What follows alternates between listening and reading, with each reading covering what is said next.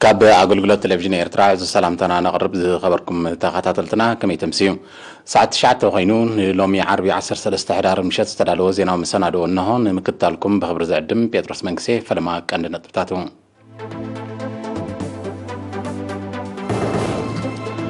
أبنو زوا جندان كرامات بحري سفيح مدلاتي كايدالو أبدو دوبا وقيح بحري لمعات حملتي زمسجن وتي ترخيبو أبدو واقاش باركات عستو بانك دم نمسسان تبقساتاتي وسرالو أبي ليبيا مبرقاون معراباون شانخ ليبيا زرهب كأند مسمر صرقان مخفاتي سرحالو موروكو نام معراب سهرة سراويت كم زواه فرت أفليتا أبا أستراليان كبابيان توساخ بارع مرور كسعب كم زغل تاميتو أبنو زواجين دعنا برتم محدارات كابي عاد شمان دماسن كرامات بحر مدلات يكايدو خمزلو كلا إيرين حبيرو أبن محدار كابي عاد شما حزبي بغانتا توديبو سفيح غراوت زستي مالي وحجن تسيرو زنبر عقماتن أب متصقان تسميدهم كمزلو كفلة تخيل الله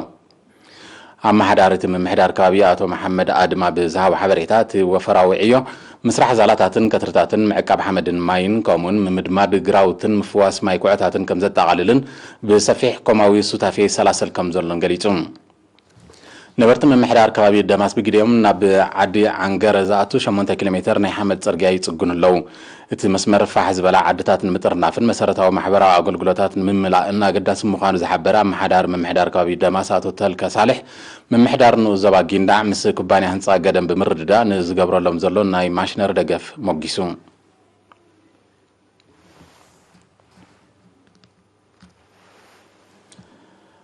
أب زبادو باوي قيح بحري لمعات حملتي بمدمفاع طلب حزب من ملاذ كاي زلو صعري وصيتاو خين خمزلو حلف المعات بغلي من السي محمد عبد الرحمن حبيرو ابت زبا اب لمعات حملتن فرتاتن زنطفو 220 حرستات كمزلو زغلص من السي محمد زغبرلهم نايناوتي زرن سلطناتاتن دغف اب مسسان مهرتم عبا استواصو يغبر كمزلو بريهم بوسم متن زجمره لمعات جرادين ناسفح بممصو مهرتون بو درجه كب كم زبله بمتقاس اب زعمت زي استاد 5500 كونتال استفراليه عينتات حملتي كم تحفسه اذا خانت مقيرو كم زخونه فليتون نازن مدنفعتي ناي مدغغافن متبعن سراح بزلعله كقصل مخانو زحبره من السي محمد حرستون صعرم كزايدو ازخاخيرو حرستت بوغنم نتي ابتي كبابي حرشاو لمعت كايد ايكل نيوز بالله تحسسبا بصعرو من دغف منستر حرشان كم سعرو بمتكاس زغربلهم مرض زري كدفالو صويعم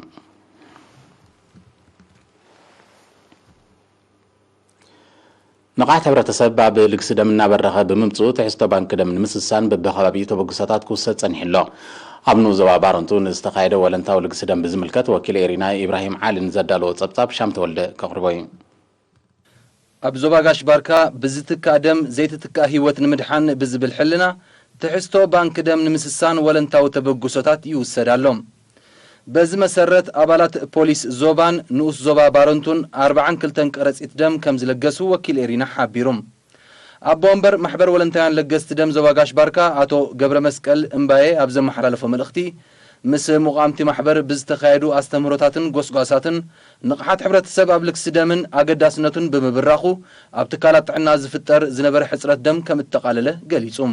انتخونا جن قربن طلبن تمتعطن سلازيكونو اتسناي تكبار كدفعلو بمزخار عقم محبر نمحيال حبرت السبب دقف كقبر بمزخار أبستفلالي كابيتات زواغاش باركا زلو سرحينيات منقستي تمهارن حبرت السبن بقوجلها توديبهم أبسلستا ورحي سروع لكس دم نخكايدو مدب تتحيزو خمزلو أرديوم تقندي ناتنا نطفتن سراحن حبرت السبب أبلكس دم دلو الرأي خمزي عب غيركا ولنتاو لكس دم أكندي سدرابيتاو لكس دم ولنتاو لكس دم كم زعبن نفس وكف سبقا بوجلتات بطرنف درجة دم كم زلقسن بعلو خامسي كم زلقسن مقبر أبستفعل لمنسترتات مكلخال أب حزب ناقنا غوسغوسات مكيادي تعلمنا مالتي زي خبركم تعطاتلتي زينا وشتا هاجر أبستزازي من لو زي سعيبه قراو زيناتاتي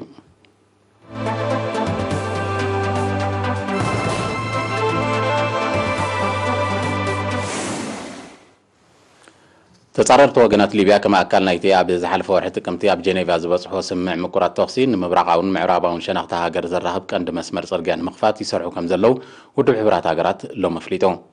ኣብ ከተማ ሲርት ዝመደበሩ ሓበራዊ ወተሃደራዊ ኮሚቴ ኣቂሞም ዘለው ተጻረርት ወገናት ሊብያ ኣብ መዳያታት ተገባብራት ዝተበጽሐ ዘላቒ ስምዕ ምቁራት ተኽሲ ከም ተራዳድኡ ዝሓበረ ውድብ ሕብራት ሃገራት ነቲ ንኽልቲኦም ሓይልታት ዝቆጻጸሮ ዞባታት ዘራኽብ መስመር ንምኽፋት ፈንጂታት ናይ ምእላይን ሰራዊት ካብ ቅድመ ግንባር ናይ ምስሓብን መስርሕ ጀሚሮም ከም ዘለው ገሊጹ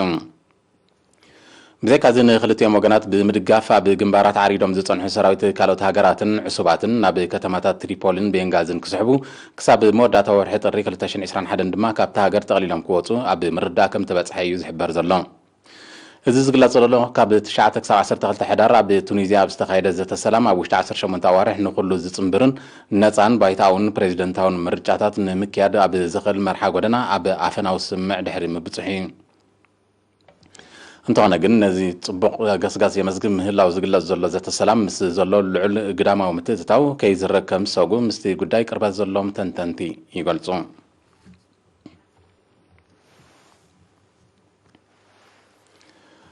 ሞሮኮ ካብ ዕጡቃት ግንባር ሓርነት ፖሊሳሪዮ ክመጽእ ንዝኽእል ጸጥታዊ ስጋት ንምምካት ናብ ምዕራብ ሰሃራ ሰራዊት ከም ዘዋፈረት ኣፍሊጣ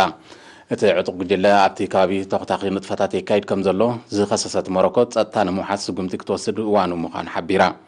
ዕጡቃት ፖሊሳሪዮ ኣብ ልዕሊኦም ክውሰድ ንዝኽእል ወተሃደራዊ ስጉምቲ ቀጥታዊ መልሰ ግብሪ ከም ዝህብሉ የጠንቅቑ ብምህላዎም ኣብ ምዕራብ ሰሃራ ንኣስታት 30 ዓመታት ዝጸንዐ ስምምዕ ምቁራት ተኽሲ ከይጣሓስ ምስቲ ከባቢ ቅርበት ዘለዎም ወገናት ስጋቶም ይገልጹ መንግስቲ ሞሮኮ ዕጡቃት ፖሊሳሪዮ ካብ መሬቱ ናብ ጎረቤት ሃገር ማውሪታንያ ንዝካየድ ማሕበረ ቁጠባዊ ምንቅስቓስ ይዓናቕፍዎ ከም ዘለዉ እዩ ዝወቅስ ዘሎ ይኹን እምበር ነቲ ክሲ ዝነፀገ ግንባር ሓርነት ፖሊሳሪዮ ኣብቲ ከባቢ ዘካይዶ ወተሃደራዊ ምንቅስቓስ ካሕይሎ ምዃኑ ሓቢሩ ኣብ መንጎ ሰራዊት መንግስቲ ሞሮኮን ዕጡቃት ፖሊሳሪዮን ዝካየድ ዝነበረ ውግእ ብመንጎኝነት ውድብ ሕብራት ሃገራት ኣብ 1991 ብዝተበጽሐ ስምዕ ምቁራት ተኽሲ ሃዲኡ ከም ዘሎ ጸብጸባት ይጠቕሱ ኣብ ኣውስትራልያን ከባቢያን ተኸሲቱ ዘሎ ልዑል መጠን ዋዕን ደረቕ ኩነታት ኣየርን ተወሳኺ ባርዕ መሮር ከስዕብ ከም ዝኽእል ኪላታት ሜትሮሎጂ ኣጠንቂቖም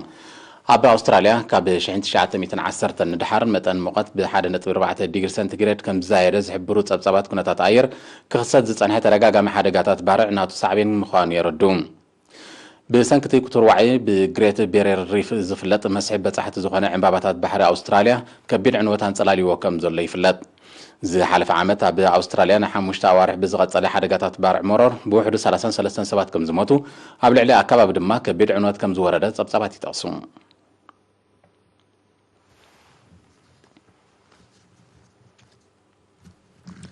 ኣብ ፊሊፒንስ ተኸሲቱ ብዘሎ ቮምኮ ዝተሰሚዐ ሓደጋ ህቡብላዊ ማዕበል ናይ ዝሞቱ ሰባት ቁጽሪ ኣስታት 40 ከም ዝበጽሐ ጸብጻባት ሓቢሮም ብሰንኪቲ ገና ዝቕጽል ዘሎ ተፈጥራዊ ሓደጋ ኣብ ትሕተ ቕርጺ ከቢድ ዕንወት ከም ዝወረደ ከም ሳዕቤኑ ድማ ልዕሊ 4 ሚልዮን ሰባት ከም ተመዛበሉ እቶም ጸብጻባት ኣረድዮም በቲ ሓደጋ ናይ ቢልዮናት ዶላር ቁጠባዊ ክሳራ ከም ዝወረደ ሰብ መዚ ፊሊፒንስ ሓቢሮም ኣለዉ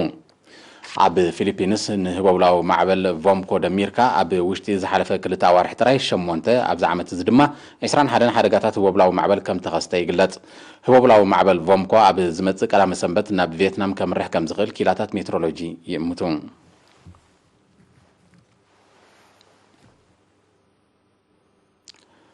لبع كورونا فيروس نمقصار زتاعتو تررتن قراتاتن قطعتات محبراو مرحاقن بعالم درجة انصار لبع حمام نيفيو نزكاي زنبره وفر كتابة بالوتا صليوا كم زلو تغليصون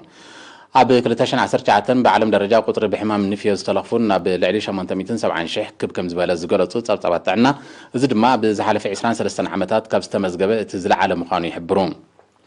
ኣብታ ዓመት ጥራይ ብሕማም ኒፍዮ ልዕሊ 207,000 ሰባት ምሟቶም ይግለጽ ሕማም ኒፍዮ ልዕሊ ኮቪድ-19 ኤቦላን ዓባይ ሰዓድን ብቕልጡፍን ብቐሊሉን ካብ ሰብ ናብ ሰብ ከም ዝላባዕን ዝለዓለ መጠን ሞት ከኸትል ከም ዝኽእልን ዝሕብሩ ጸብጻባት ቁልጡፍ ወፍሪ ክታበት ምስ ዘይካየድ ብሚልዮናት ዝቑጸሩ ህጻናት ኣብ ሓደጋ ክወድቁ ከም ዝኽእሉ እዮም ዘጠንቅቑ ዘለዉ ልዑል መጠን ለብዒ ሕማም ኒፍዮ ኣብ እስራኤልን 26 ሃገራት ብሰንኪ ለብዒ ኮቪድ-19 ብዝተዋረጸ ወፍሪ ክታበት ሕማም ኒፍዮ ልዕሊ 94 ሚልዮን ሰባት ኣብ ሓደጋ ከም ዝርከቡ ጸብጻብ ሕብራት ሃገራት ይረድእ ሕማም ኒፍዮ ብቐንዱ ንህፃናት ዘጥቅዕ ኮይኑ ዑረት ኣእምራዊ ስንክልናን መልመስቲ ዓንዲ ሕቆን ብምስዓብ ክሳብ ሞት ዘብጽሕ ሓደገኛ ሕማም ምዃኑ ይግለጽ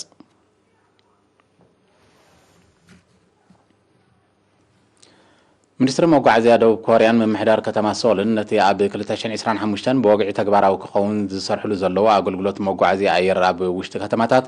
ዝዋፈራ ሰብ ኣልቦ ነፈርቲ ታክሲ ብ12 ሕዳር ናይ ፈተነ በረራ ኣካይዶም እታ ፈተነ ዝተኻየደላ ክልተ ሰብ ተሳፍር ሰብ ኣልቦ ነፋሪ ታክሲ ኣብ ማእከላይ ሸነኽ ከተማ ሶል ኣብ ኣስታት 50 ሜትሮ ብራኽን 7 ደቂቕ ከም ዝበረረት ተገሊጹ እዛ ብቻይናዊ ኩባንያ ኢሃንግ ዝማዕበለት ሰብ ኣልቦ ነፋሪት ኣብ ክንዲ ሰብ ክልተን ናይ 80 ኪሎ ግራም ከረጢት ሩዝ ፀይራ ነቲ ናይ ፈተነ በረራ ከም ዘካየደትን ዕዉት ምንባሩን ተሓቢሩ ሚኒስትሪ መጓዓዝያ ደቡብ ኮርያ ኣብ ዓበይቲ ከተማታት ንዘሎ ጻዕቅ ትራፊክ ንምቅላል ብተተካኢ ጻዓት ዝንቀሳቐሳን ብዙሕ ድምፂ ዘይገብራን ተሽከርከርቲ ብምምዕባል ኣብ ኣገልግሎት ምውዓል ወጢኑ ከም ዘሎ ኣብ ዝሓለፈ ወርሒ ሰነ ድሕሪ ምሕባሩ ሓያሎ ኩባንያታት መፍረ ቴክኖሎጂ ሓድሽ ምህዞታት ከቕርባ ምጽንሐን ምስቲ ጉዳይ ቅርበት ዘለዎም ወገናት ይጠቕሱ ምምሕዳር ከተማ ሶል ካብ 2023 ሰብ ኣልቦ ነፈርቲ ኣብ ስራሓት ህፁፅ ረድኤትን መጥፋት ሓውን ኣብ ኣገልግሎት ክውዕላ ምዃንን እዩ ኣፍሊጡ ዘሎ ተጠቃምነት ብተተካኢ ጻዓት ዝንቀሳቐሳ ተሽከርከርትን ሰብ ኣልቦ ነፈርትን ብዓለም ደረጃ እናዛየደ ይመጽእ ከም ዘሎ ዝሕብሩ ጸብጻባት ኣብቲ ዓውዲ ዝግበር ምርምርን ቴክኖሎጂያዊ ምዕባለን እውን ማዕረ ማዕሪ እናተራቐ ይመጽእ ከም ዘሎ ይረዱ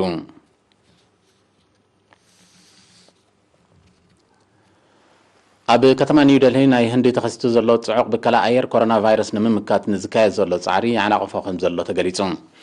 እቲ ተርእዮ ኣብዚ ዓመት እዚ ኣብታ ከተማ ካብ ዝተኸስተ ተመሳሳሊ ብከላታት ዝኸፍአ ምዃኑ ዝገለጹ ሰብ መዚ ጥዕና ህንዲ ሕሙማት ኮሮና ሕልፊ ካልኦት ብሳዕቤናቱ ይጥቅዑ ከም ዘለዎ ኣረድዮም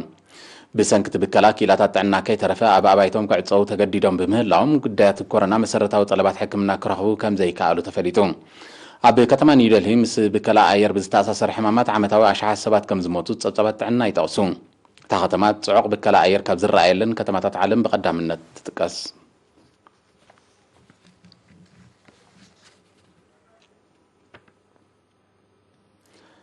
ዝኸበርኩም ተኸታተልቲ ዜና ውሽጥን ወፃእን ኣብ ዝተዛዚሙሎም ዝተረፉ መደባትና